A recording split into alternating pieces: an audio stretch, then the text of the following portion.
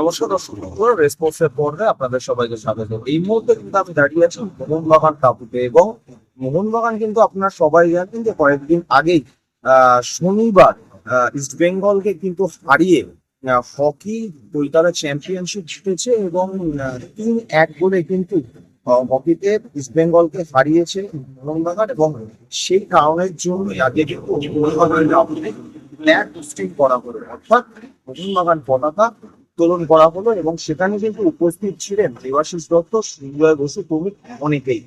আমরা সেখানে কিন্তু দেখতে পেলাম যে ফ্ল্যাগ হোস্টিং এর পর দেবাশিস দত্ত এবং সঞ্জয় বসু কিন্তু মোহনবাগানের যে হকি টিমকে যে বাইরের প্লেয়াররা বেশিরভাগ খেলছেন, সেখানে বাঙালি প্লেয়ারদের তুলে আনতে হবে এবং বাইরের প্লেয়ারদের থেকে বাঙালি প্লেয়ারদেরকে অগ্রসর এগিয়ে দিতে হবে, এবং বাইরের প্লেয়ারদের থেকে বাঙালি প্লেয়ারদেরকে সেইখানে বাঙালি প্লেয়ারদেরকে একটা ভালো খেলার জায়গা দিতে হবে, এবং তার জন্য একটা উচ্চমানের একাডেমি তৈরি করতে হবে।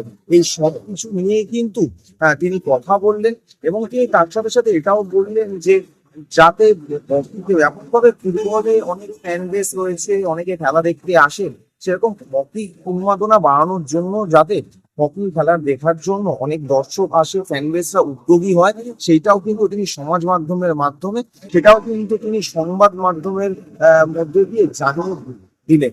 এবং সেখানে তিনি কিন্তু এটাও বললেন যে হকি আস্তে আস্তে পরিবর্তন হচ্ছে, ঘাসের মাঠ থেকে ডাকবে হকি আসছে, এরকম উন্নতি ঘটেছে, কিন্তু বাংলা প্লেয়ারের উন্নতি কিন্তু করার জন্য এগিয়ে আসবে মোহনবাগান, কারণ মোহনবাগান না এগোলে আর কেই বা এগোবে। এরকমই কিন্তু বক্তব্য রাখলেন দেবাশিস দত্ত এবং সঞ্জয় বসু, মোহনবাগানের কর্মকর্তারা।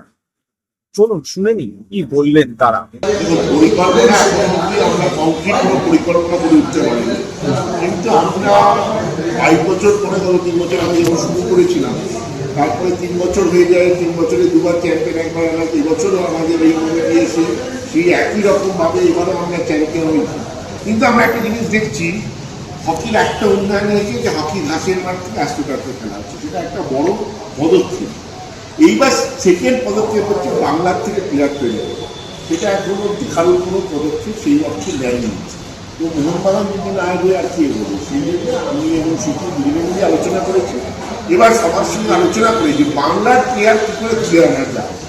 আমরা দেখুন, আমাদের এই যে টিমটা চ্যাম্পিয়ন হয়েছে সব বাইরের প্লেয়ার, আর আমাদের হিউজ টাকা, আমাদের খরচা হয় ট্রাভেল এক্সপেন্সিভ, কারণ তারা কোথাও না কোথাও চাকরি করে, তাদের 4 দিন ছুটি পেলেও তারা যায় দুদিনের জন্য অফিস থেকে, এবং আবার করে আসে। এবং এটাও রিস্কি যে একটা তারা আসে হঠাৎ খেলে, একসাথে একটা টিমের ফরমেশন। আমাদের এটা এবছরে সত্যিই খুব চিন্তা ছিল, কারণ অন্য সব টিম একসাথে খেলে, প্র্যাকটিস করে, আমাদের এরা আসছে একটা টিমের মধ্যে বোঝাপড়া। সো যেটা দেবাশিসদার সাথে আমরা কথা বলেছি যে আমরা অলরেডি কিছুটা এগিয়েছি কথাবার্তা, সেটা এখন বলার জন্য নয়, আমরা সেটা কয়েকদিনের মধ্যেই ফেস করবো, দিয়ে সেটা আমরা অ্যানাউন্স। আমরা একটা এক্সাম্পল দিই, আমাদের এখানে একটা ম্যাচের রেজাল্ট খুব খারাপ হয়েছে এই লিগে বা কাস্টমস। সেই দিন কি হলো, কেন হারলো টিমটা, আমি যখন অ্যানালিসিস করলাম জানতে পারলাম যে 6টা প্লেয়ারের আগের দিন সন্ধ্যাবেলা ফেরার কথা ছিল, তাদের ফ্লাইট মিস করেছে। যখন তারা ফ্লাইট মিস করেছে, তারা পরের দিন সকালবেলা এসেছে।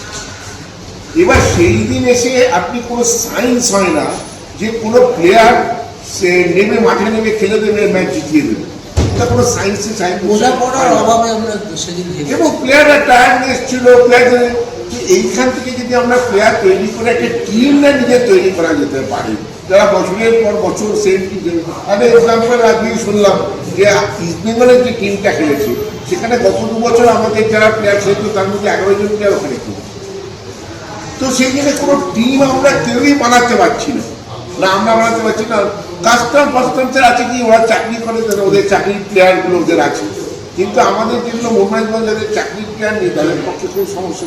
যেটা আমার মনে হয় এটা পারবে, এবং তখন আমরা এটা ভাবনা চিন্তা করতে পারবো, আমাদের যেটা প্রপার টিম তৈরি করতে পারবো, যে টিমটা বেটার কাপ খেলবে। আমাদের উদ্দেশ্য তো তারপরে বেটার কাপ খেলা, তারপরে বাংলা প্লেয়ার তৈরি করা। তো সর্বক্ষেত্রে হকি নিয়ে যদি সত্যি আমরা এগোতে চাই, তাহলে আমাদের একাডেমি ছাড়া কোনো রাস্তা। আর আমি সবাইকে ধন্যবাদ দেবো। হকিতে কি হয়েছে এবার অ্যাস্ট্রোটার্ফের জন্য আমি সবাইকে ধন্যবাদ দেবো যে অ্যাস্ট্রোটার্ফে সবাই এসেছে, সমর্থকরাও এসেছে, খেলা দেখেছে।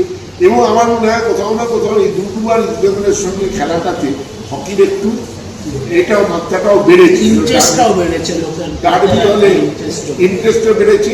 ডার্বি হলে ডেফিনেটলি তার একটা আলাদা ইন্টারেস্ট থাকবে, তো সেটা হকিকে একটু এগিয়ে নিয়ে গেছে। দেখুন আজকে যদি মোহনবাগান ইস্ট বেঙ্গল হকিতে না থাকে তাহলে দেখবেন হকিতে কোনো ইন্টারেস্টই লোকের নেই। এই মোহনবাগান ইস্ট বেঙ্গলই কিন্তু হকিটাকে বাঁচিয়ে রেখেছে। তো সেই কারণে এটা সবাই মিলে আমি ইস্ট বেঙ্গলকেও ধন্যবাদ দেবো যে তারাও একটা ভালো টিম তৈরি করে আজকে মোহনবাগান ইস্ট বেঙ্গল তো লাস্ট অব্দি ফাইনাল খেলছে। এই জন্যই মোহনবাগান ইস্ট বেঙ্গল কিন্তু মোহনবাগান ইস্ট বেঙ্গল হয়ে আছি। বড় ক্লাব এখন এই দুটো ক্লাব চেঞ্জ করে নিয়ে এগিয়ে যেতে পারছে। এই জন্য সবাইকে আমি আন্তরিকভাবে ধন্যবাদ দিই।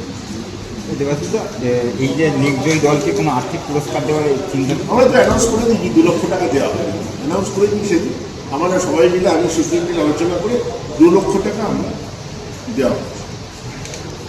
আরেকটা আপনাদের আপনাদের মধ্যে দিয়ে আমরা সকল ফ্যান ক্লাব, সকল সদস্য, সকল সমর্থকদের অনুরোধ করতে চাই, পয়লা বৈশাখ আমাদের এখানে একটা ভালো সাংস্কৃতিক প্রোগ্রাম আছে এবং যেমন প্রতি বছর প্রায় খাওয়া দাওয়া আছে বা সবাই বার পুজো তো আছে, তাই সবাই যেন আসে এবং একসাথে আমরা নতুন বছর শুরু করি।